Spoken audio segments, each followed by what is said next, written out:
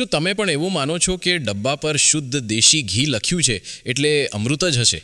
ઊભા રહો, તમારો આ વિશ્વાસ તમારા પરિવારને હોસ્પિટલના ખાટલે ધકેલી શકે છે. નમસ્કાર મિત્રો, આજે હું તમારી આંખો ખોલવા આવ્યો છું.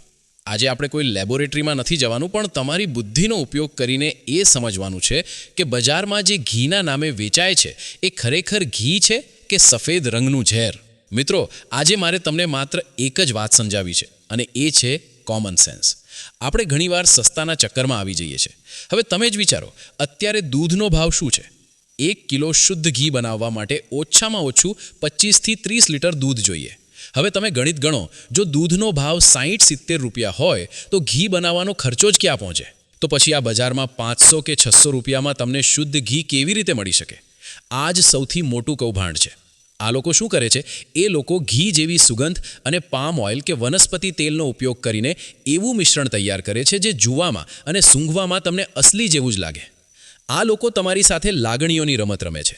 પેકિંગ એટલું સુંદર હશે, ફોટા ગાય માતાના હશે, પણ અંદર જે છે એ માત્ર કેમિકલનું પ્રોસેસ કરેલું તેલ છે. આ ઘી નથી, આ તમારી નસોને જામ કરી દેનારું પ્લાસ્ટિક જેવું તત્વ છે. મોટી જાહેરાતો જોઈને આપણે ભોળવાઈ જઈએ છીએ. ટીવી પર આવતી એડમાં જે ઘી દેખાય છે એમાં શુદ્ધતા ઓછી અને માર્કેટિંગ વધારે હોય છે. મારે તમને કોઈ ડરાવવા નથી, પણ જાગૃત કરવા છે. હંમેશા યાદ રાખો, જે ઘીમાં ખૂબ જ વધારે પડતી સુગંધ આવતી હોય કે જે ઘી ફ્રિજની બહાર રાખવા છતાં ક્યારેય દાણેદાર ન થતું હોય, ત્યાં કંઈક ગડબડ છે. આપણે આપણી જૂની પરંપરા ભૂલી ગયા છીએ. આપણા વડીલો ગામડામાંથી સીધું ઘી મંગાવતા અથવા ઘરે મલાઈમાંથી બનાવતા. આજે આપણે આળસમાં આવીને બજારના પેકેટ પર નિર્ભર થઈ ગયા છીએ. આ આળસ આપણને મોંઘી પડી રહી છે. મિત્રો, છેલ્લે એટલું જ કહીશ કે તન અને મન જો સાજું રાખવું હોય તો જીભનો સ્વાદ થોડો ઓછો કરજો, પણ શુદ્ધતા સાથે બાંધછોડ ન કરતા.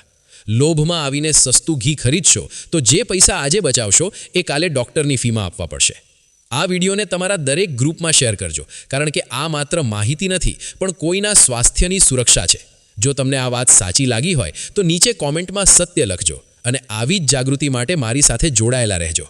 સાવધ રહો, સુરક્ષિત રહો.